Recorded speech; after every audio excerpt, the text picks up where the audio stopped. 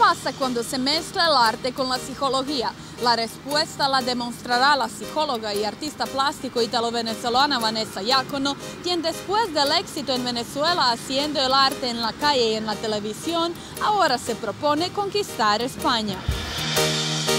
La exhibición de Madrid va un poco como una manera de trasladar mi universo mitocondrial a una localidad con sus costumbres, con su identidad, con su idiosincrasia. Entonces, ahora lo que estoy haciendo es trabajar personajes clásicos o simbólicos de la historia española y llevarlos a la plástica a través del universo mitocondrial y cómo serían vistos a la luz de una visión posmoderna, si se quiere decir, ¿no?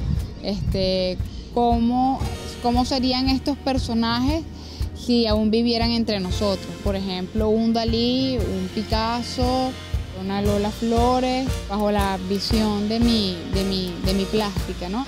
Hola, mi nombre es Vanessa Jácono, soy artista plástico venezolana.